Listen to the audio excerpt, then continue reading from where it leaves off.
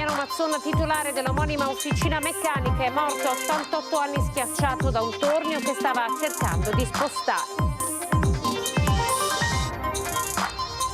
Basta morti, basta parole, servono azioni concrete, un piano strategico, lo chiedono a gran voce i sindacati dopo l'ennesima vittima sul posto di lavoro.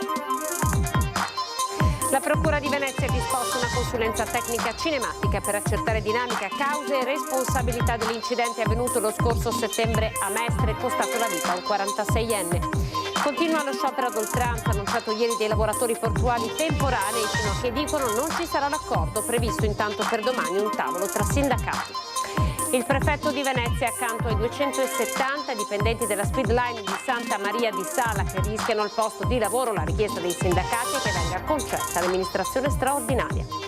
Fermo pesca, i lavoratori del settore fanno sapere da Chioggia che manifesteranno in bacino San Marco con le loro imbarcazioni per portare alla luce ciò che sta accadendo. Previsione di marea a 110, alle 9.30 è stato attivato il MOS, il picco previsto alle 11.15 è diventato di 95 cm, buona parte della città è rimasta all'asciutto. TG Venezia, buonasera, ben ritrovati. In apertura l'incidente mortale è costato la vita al titolare di un'officina di 88 anni. In apertura dunque andiamo a Marcon. Questa mattina, intorno alle 11, Damiano Mazzona, un uomo di 88 anni, ex titolare di un'autofficina a Marcon, ha perso la vita in un tragico incidente sul lavoro. L'incidente è avvenuto presso l'officina situato sotto la casa dell'anziano in via Bellini. Mentre cercava di spostare un tornio, Mazzona è stato travolto dal pesante macchinario, riportando ferite gravissime che si sono rivelate fatali. L'88enne, che aveva da tempo lasciato la gestione dell'officina a un figlio, si trovava comunque spesso in azienda. Questa mattina io ero dentro in ufficio e ho sentito un tonfo, dopo stava spostandosi appunto questo macchinario e dopo non so sinceramente le dinamiche, io sono andato là, ho visto la scena e dopo non si poteva più fare niente. Perché lo voleva spostare? Da come ho capito era da buttare via perché non si usava più, si è buttato a ferro vecchio. Immediatamente sono scattati i soccorsi, i vigili del fuoco di Mestre sono intervenuti per mettere in sicurezza l'area e liberare l'anziano dal macchinario. I sanitari del 118, accorsi subito sul posto, hanno prestato le prime cure, ma le condizioni dell'uomo sono apparse subito critiche. Purtroppo non c'è stato nulla da fare per salvarlo. L'incidente ha attivato anche i tecnici dello Spisal per i rilievi del caso e per accertare la dinamica dell'incidente che ha scosso profondamente la comunità di Marcon. È una famiglia molto conosciuta in paese, tra l'altro come avete visto l'attività commerciale è proprio nel centro, nel cuore della frazione di Gaggio, una famiglia davvero unita e su cui tutta la popolazione di Marcon conosce e stima. La scarpa del nonno giace a terra lì dove Mazzon amava passare del tempo, accanto il nipote disperato consolato da amici e parenti. Non è la prima tragedia che colpisce la famiglia Mazzon. Nel 2008 la moglie di Damiano, Maria Ornella Guerra, perse la vita in un incidente stradale sulla bretella Miralanza. Ero col carro attrezzi qua dell'officina a Mira e praticamente ha fatto lo scontro frontale, è morta la moglie. E che però aveva superato grazie appunto all'appoggio dei figli che sono sempre presenti, è veramente una famiglia unita. L'anziano lascia 3 figli, Romina, Roberta e Riccardo. Serve un piano strategico, basta parole, basta morti, così i sindacati uniti ovviamente fanno l'ennesimo appello alla politica. Adesso basta con questi infortuni sul lavoro. Chiedo veramente a tutti, istituzioni, controparti, sindacati, colleghi, di fare di più, di fare qualcosa di più. Così non è più possibile. Abbiamo fatto manifestazioni, chiediamo che ci siano controlli, chiediamo che ci sia sicurezza, chiediamo che ci sia nelle scuole la formazione, più controlli, più tutto, ma morti tutti i giorni non se ne può più. Dobbiamo darci tutti insieme una svegliata. All'indomani dell'incontro col nuovo assessore regionale Mantovan, a cui la UIL ha anche chiesto un forte rilancio delle politiche sulla sicurezza, il Veneto piange un'altra vittima che ha perso la vita sul posto di lavoro. I sindacati lanciano lo stesso messaggio: basta con le morti sul lavoro, basta con le parole. Quello che serve sono azioni concrete, serve un piano strategico, ribadisce a gran voce la CGIL. Servono atti concreti. Se le istituzioni non vogliono ancora una volta dimostrarsi lontane dalla vita delle persone, dalla vita dei lavoratori, di fronte a queste tragedie devono smettere di usare le parole e agire con i fatti. Per noi i fatti sono un nuovo piano strategico che davvero dia il segno che il Veneto sceglie di tutelare i lavoratori, la vita delle persone, la vita delle lavoratrici e dei lavoratori prima del profitto. Serve dare un messaggio molto chiaro a tutto il sistema produttivo, al sistema industriale, che non è più tollerabile e non saranno più tollerati le migliaia di infortuni che ogni anno avvengono nel nostro territorio. Siamo in cima come Venezia, in cima a una classifica drammatica che è quella dei morti e degli infortuni sul lavoro, infortuni che producono poi anche danni permanenti ai lavoratori per moltissimi anni, se non per l'intero arco della vita. Per questo noi diciamo basta parole, basta cordoglio, la politica e le istituzioni facciano finalmente i fatti tutelando la vita, tutelando le lavoratrici e i lavoratori. Il pubblico ministero ha disposto una consulenza tecnica cinematica per accertare la dinamica, le cause e la responsabilità dell'incidente avvenuto lo scorso settembre a Mestre, costato la vita a un dipendente di Fincantieri. La Procura di Venezia vuole fare luce sull'incidente avvenuto lo scorso 20 settembre lungo Rampa Rizzardi a Mestre. Costato la vita a Kabir Omayon, il 46enne di origine bengalese, operaio di Fincantieri, che quella mattina si stava proprio recando al lavoro in sella alla sua bicicletta, visto lo sciopero dei trasporti. Erano le 6:20 circa quando, per ragioni che saranno oggetto di indagine, il 46enne è stato investito e ucciso dall'auto condotta da un 44enne di origine tunisina residente a Mira, sul cavalcavia che da Corso del Popolo porta in Via della Libertà. Il pubblico ministero titolare del procedimento penale per l'ipotesi di reato di omicidio stradale automaticamente aperto a carico dell'automobilista ha disposto una consulenza tecnica cinematica per accertare l'esatta dinamica, le cause e le responsabilità dell'incidente. Il 46enne ha lasciato la moglie e 3 figli, di cui 2 minorenni, i genitori, 4 fratelli e 3 sorelle. Continua lo sciopero ad oltranza annunciato ieri dei lavoratori portuali temporanei finché, dicono, non ci sarà l'accordo. Vediamo nel dettaglio che cosa chiedono. Il presidente Di Blasio ha fatto un bando senza dire niente dopo che avevamo fatto un accordo sulle linee guida e disattende tutte le linee guida che abbiamo fatto l'accordo. Non è la prima volta che dice una cosa, firma e dopo fa tutt'altro. Per questo i lavoratori portuali temporanei, un centinaio circa, dopo un'accesa assemblea con i rappresentanti sindacali, hanno deciso di scioperare a oltranza e chiedere le dimissioni del presidente Di Blasio e della segretaria generale Scardino. Molte le critiche mosse al bando, ritenuto poco chiaro in diversi passaggi. Ci sono temi importanti come la clausola sociale. La clausola sociale è la garanzia che tutti i lavoratori che ipoteticamente passano da un'azienda A a un'azienda B siano tutelati e non ci sia nessuno lasciato fuori. Il problema nasce dai numeri effettivi che devono essere a Venezia e a Chioggia. A Venezia dovremmo essere minimo 135 persone. A Chioggia un numero molto inferiore rispetto a quello che ha fatto lui. Il bando dice 120-20, ma in realtà noi dovremmo essere 135 almeno.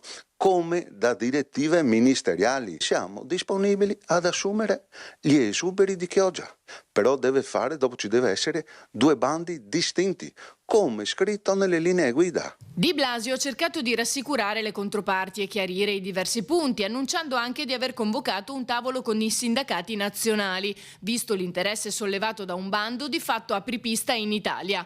Ma fino a che non ci sarà un'azione concreta, lo scalo veneziano dovrà fare i conti con lo sciopero. Lo sciopero continua ad oltranza, non c'è cedimento. Ovviamente appena ci saranno delle realtà, delle situazioni concrete, le andremo ovviamente ci confronteremo con i lavoratori. Nei prossimi giorni faremo anche delle iniziative sul territorio e nei luoghi di lavoro e cercheremo anche di coinvolgere gli altri lavoratori, sempre ovviamente della realtà portuale.